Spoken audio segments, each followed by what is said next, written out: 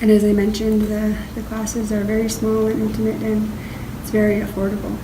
I have a really good relationship with my instructors, and you can't really get away with too much because, you know, they know you by name and they'll call you out on certain things. So yeah, that's my plan here. The reason why I choose Dine College is because it's close to home, and not having grown up on the reservation, I don't really have too much I wasn't raised traditionally, so most of my knowledge about traditional ceremonies and songs and prayers have come from this institution. And the last year is really when I started taking the initiative to understand and to learn who I was as a Dine person. So now, you know, I feel very fulfilled and like for the first time in my life, knowing who I am as a Navajo person, I am able to take really my first steps forward, you know, with a really good, strong foundation.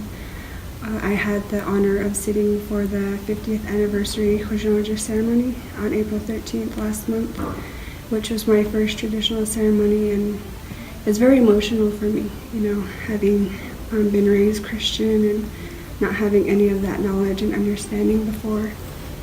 And it's filled me with so much strength and understanding. And I'm not sure if you're familiar with traditional ceremonies, but you know, there's a growth process that happens in there, and I can't even put into words, you know, everything that this institution has done for me and given me, and I'm just so grateful for all of it.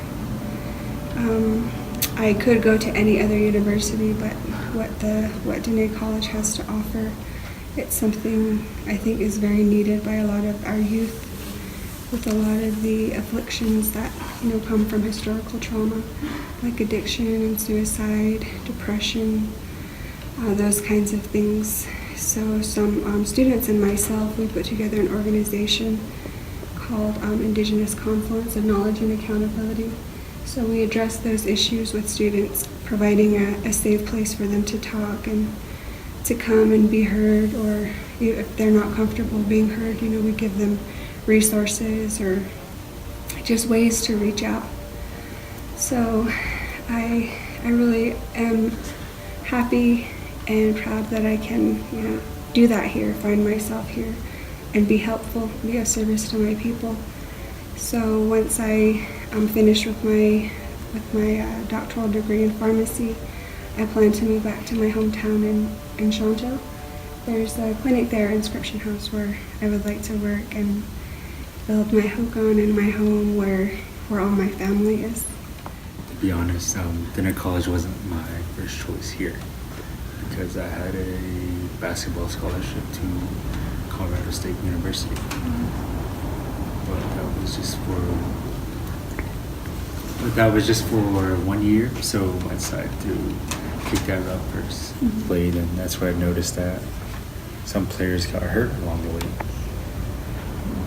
But there was really no help. Nobody knew what to do. So I decided, hey, that's what I want to be. Someone who can work with student athletes, but not just athletes, but possibly with children who have physical issues down all the way to elderly, to same, which decided that I wanted to go into exercise physiology. So from here, I decided just to do the basic courses, which was general science and biology, and 2-degree majors, which studied a lot about living things that would affect or is around the human body. We were also living out of our car, and we drove here. So the Dine College gave us a home, is kind of how I think about it. And work as well. We found work here. We found a home here. They also just recently built a family housings, so that's awesome. We have our own little community there too. And yeah, so it's there's a lot of reasons why I chose Dine College. It's closer to home. My family lives in Navajo, and I get to go back every weekend and help. And close to home, costs. I can graduate debt free. That's a plus. So just the cost for me is a bonus, just because all of the other things, like it emphasizes on culture and tradition, and relearning my language again, and it's just kind of helped me find myself and strengthen who I am, and not just, it's like physically, spiritually, emotionally, and just all around. And those are some of the reasons why I chose Dine College. And I also have a family here. My support system is really close, and I could go to a different school as well, but I want to stay here just because there's like I said, it's just family. Like this past couple of months, my daughter had her kinalta, and some of the staff and faculty here were really encouraging and helped me through that.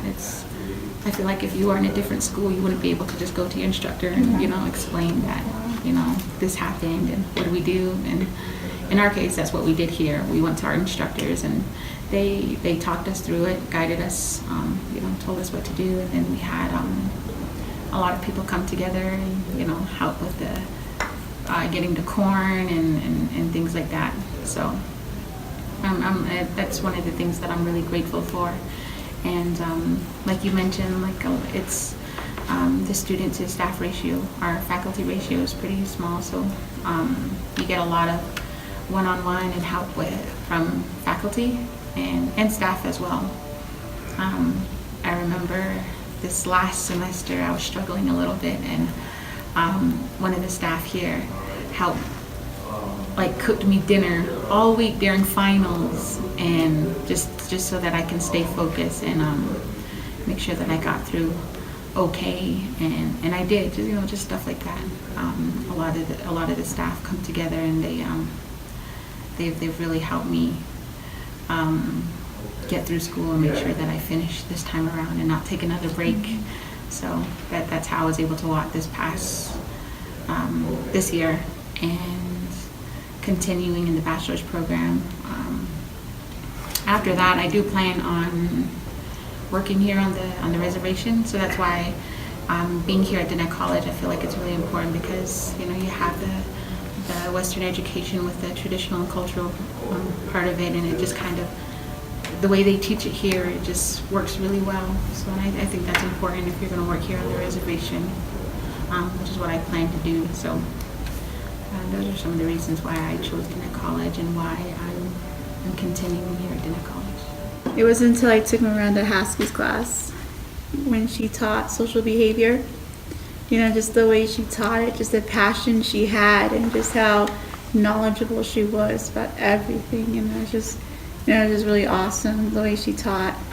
I used to read every single thing she assigned us, even down to assignments. I used to really get into it and really write. And I took it before when I first came to college, and for a college success class, and I was not a straight A student in high school.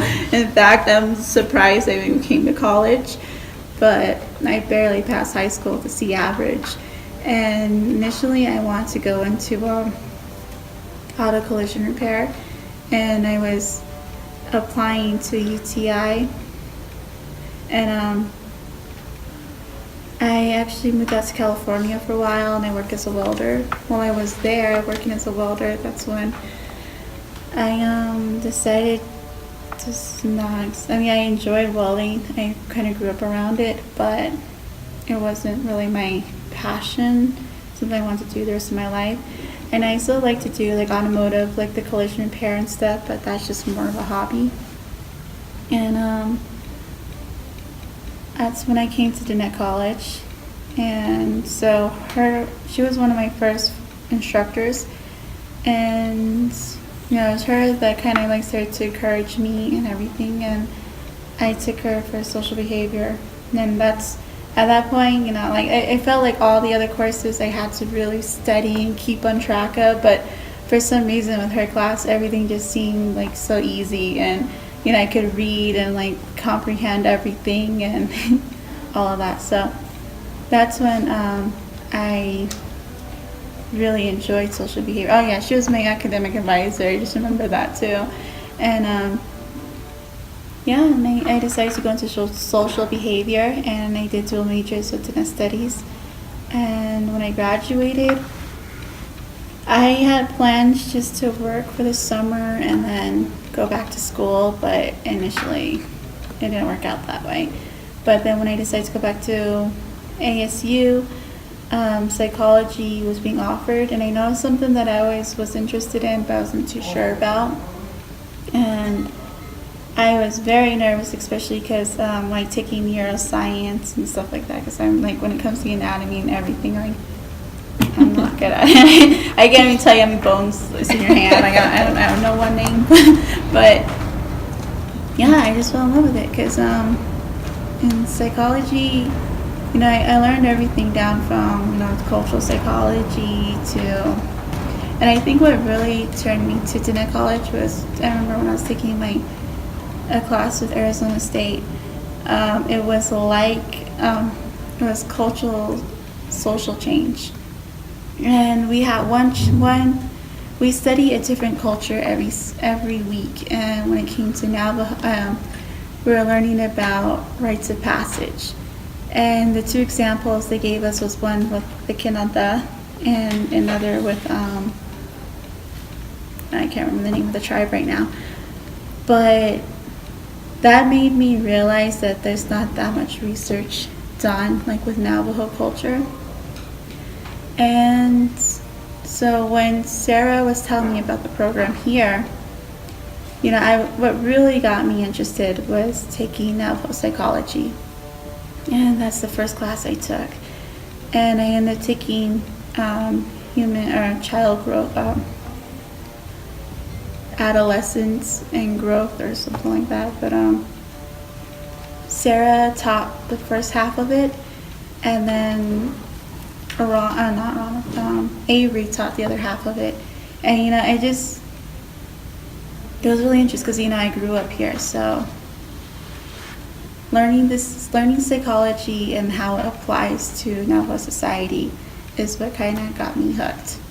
And I finished the semester, or when I finished the BA program, we had to, for my undergraduate class, we had to develop a research. So I did that, and I went through the IRB process, and my topic was on identifying significant Navajo research concepts. And I had to do do the literature reviews along with interviews, focus groups, and surveys. So I had done that, and my plan is to use that as part of my CV, and also use it, to develop on it for my thesis for the master's program. But currently that's what I'm working on, and that's what got me interested in the psychology program.